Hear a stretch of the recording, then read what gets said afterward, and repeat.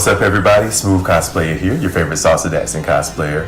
And tonight I'm going to do the first of a series of videos that I'm going to do called my costume spotlight, in which I just kind of give you guys the backstory on some of my cosplays.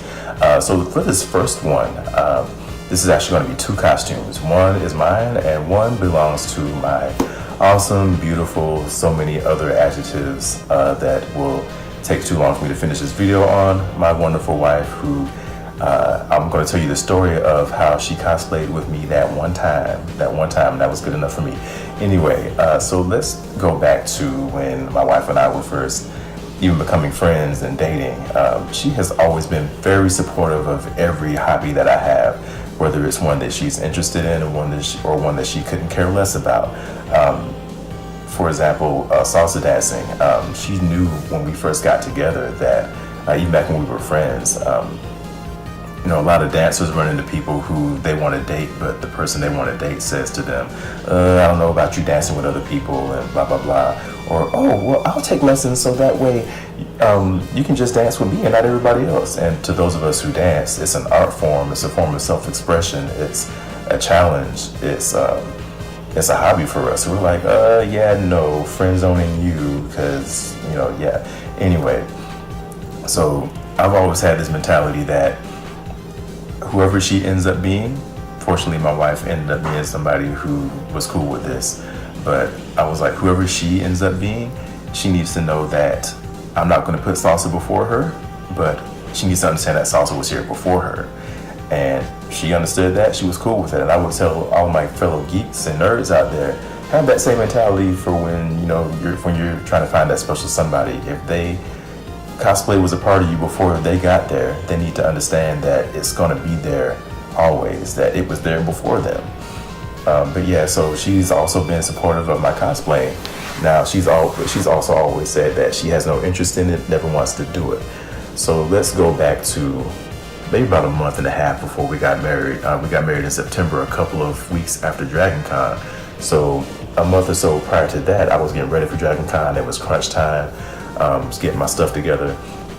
And Naya, that's my wife's name, Naya's friend Shay had contacted her to get in contact with me because she had a friend who wanted to go to Dragon Con for the first time and needed some advice. So we're kind of doing this three-way thing where she's texting Naya to ask me something, and eventually Naya just kind of got frustrated, like, you know what, no, here's his number, I'm gonna cut out the middleman, you text him, which is the opposite of what she normally does. She would always ask me to ask somebody else something. I'm like, baby, why don't I just give you their number and you text them? She's like, no, I want you to do it.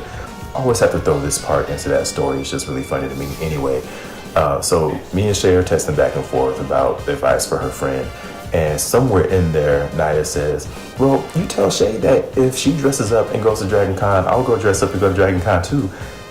We both still don't know why she said that. She doesn't know why she said that. But she said it thinking that Shay would not agree to that, thinking that Shay was not the kind of person who would be geeky and dress up. Little did she know that Shay actually does have a geeky side, and she actually said yes to that. So my wife kind of painted herself into a corner with that whole cosplay thing. She was like, dang it. And I was like, yes. So I was going to take that. That by itself was enough for me. I'm like, I don't care who gets you the cosplay. As long as you do it once with me, I'm good.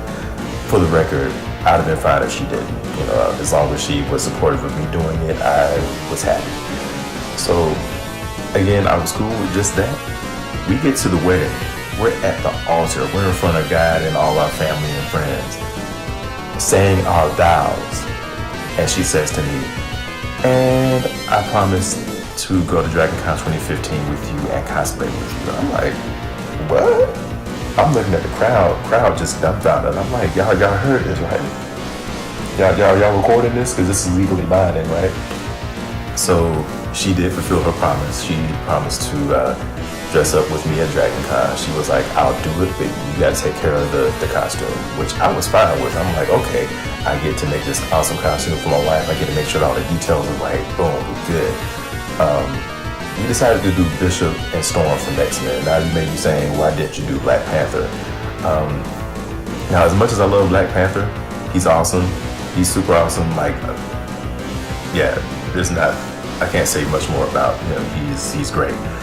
but I was an X-Men fan long before I was a Black Panther fan. So Bishop from X-Men has always been one of my favorite X-Men. Even though Wolverine is my #1 favorite, he's not really high on my cosplay list. I don't really know why. It has nothing to do with, you know, him not being black. But Bishop, I always loved Bishop, so he was higher up on my cosplay list than Black Panther was. And plus, at that point, Storm and Black Panther had already annulled their marriage. Spoiler. They had already annulled that, so I was like, all right, cool, we can do whatever.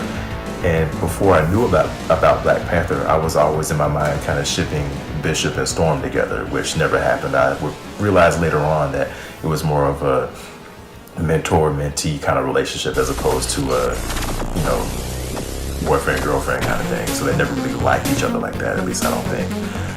So we did Bishop and Storm. Now, for me, I wanted to do a version of Bishop that no one had done before. I'm very anti-cliche, meaning that if everybody and their mama is doing it, I probably won't, just for that reason. So I didn't want to do the typical, you know, Jerry curl, shag haircut with the red scarf and everything. I went to do a little bit more research on Bishop just to see if there's anything that I didn't know with the Wikipedia, and there was a picture of Bishop with his from the Messiah War story arc where he had the cybernetic arm because his arm had gotten bitten off by a Predator X during the Messiah Complex story arc. And at the time I didn't know about that, so I'm like, I'm not used to Bishop looking like this. And I didn't like it at first, but it eventually grew on me, and I was like, you know what? I'd only actually seen one person. I went, you know, I Googled Bishop cosplay, and I saw one other person do that version of Bishop. I was like, okay, that one hasn't been, you know, ran into the ground. That one hasn't been saturated in the cosplay scene. So let me go do that one. So made my cybernetic arm out of.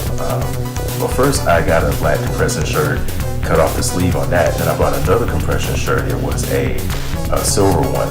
So I cut off the left arm. I basically cut off from the below the pecs down because I was going to be wearing two shirts. I didn't want to be too hot, so I cut off just enough of that to still be able to put a sleeve on. So I put the sleeve on first, put the black shirt on. I got a friend of mine that sewed the big M on the shirt. So that silver was so that my arm wouldn't show out of it.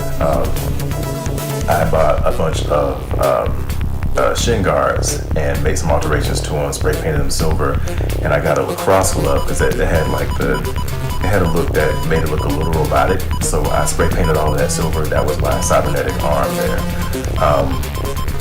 So that, you know, got a bunch of Nerf guns, spray painted them black. It's funny. I've seen a lot of other Bishop and Cable cosplayers, and they all seem to have picked the same gun that I got. So I feel like that one gun is like the standard issue Cable or Bishop, the standard issue time traveling X-Man gun. I'll call it that.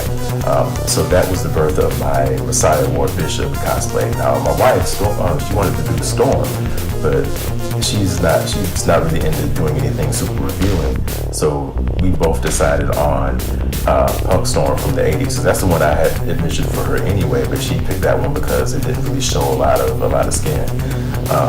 So got the leather pants, got the boots. I'm a really big fan of women in high heel boots, so that was a plus for me. The black tube top, the punk belts, the spiked choker, the spiked bracelets, the leather jacket, all of that. We bought the wig with the intention of styling it up and making it into a mohawk, but we made the mistake of getting that wig too late, and we were not able to get it to function the way we wanted it to. So we figured, you know, as much as I wanted it to be accurate, it was better to look good and be inaccurate than to be accurate but it looked crappy, because it would have looked crappy had we tried to force it into being a mohawk. It just was not going to work. But she looked good anyway. She got a whole crap ton of compliments from everybody at the con. She somewhat enjoyed herself at Dragon Con. With the crowds and everything at Dragon Con, for those of you who haven't been, it can be very intimidating. So don't make the mistake that I made. Well, it wasn't really a mistake for me. I didn't care. I loved it. But if you don't know how you're going to react in big crowds like that, Dragon Con might not be the first one for you. And it definitely was not the one for my wife to go to. Fortunately, she went to Pensacon with me earlier that year, so she got a little bit of the vibe of what a con was like, but nowhere near as big as what Dragon Con was. Anyway, she had a decent enough time to where she didn't hate me afterwards. But my highlight of that weekend was we're walking back to our hotel room, and she asked me, she's like, baby, do I really look all that good? Do I really look all that pretty? Because she got a lot of compliments, and she was just like, do I really look this good? I'm like, yes, baby, heck yeah, you look that good. But of course, you know, wives don't listen to their husbands' compliments. Don't know why, but now, no sooner than I say that, like literally like half a second after that left my mouth, this car full of random black women driving down Peachtree Street in Atlanta drove past us, and I know we don't curse, but I have to say it this way, just y'all to get the feeling of it. They rolled down the windows, they saw my wife, they're like, yes, bitch, yes, work it, girl, work it. And I looked at her, I'm like, yeah, see, it ain't just me, everybody thinks you look good. But yeah, so that went well. I got to backtrack a little bit. I didn't say this. Prior to Dragon Con, I was like, okay, we got to get some good professional photos of this because this might not happen again. So, got a friend of ours to do a photo shoot for us. We got some really dope special effects pictures. It was great. So yeah, there's a few pictures of my wife, my hot wife, hashtag hot wife cosplay. Dressed as Storm. That has been my background on my phone for like forever. So this is not changed since I got this picture. I've had this as my background for a long time, since about late 2014. But yeah, that's my story of Bishop and Storm, our cosplays. I'm going to be bringing you guys some more videos like that. Like I said, some spotlights on some of my other cosplays, some of my mashups, some of my gender bends, basically any of my costumes that has a story behind it. I'll do a highlight for that. So yeah, that's it. You guys make sure you hit that subscribe button if you like what you are getting from me so far. That's it. Y'all have a good time. Have a good time at whatever con you're going to next. And that's it. Y'all have a good night. Peace.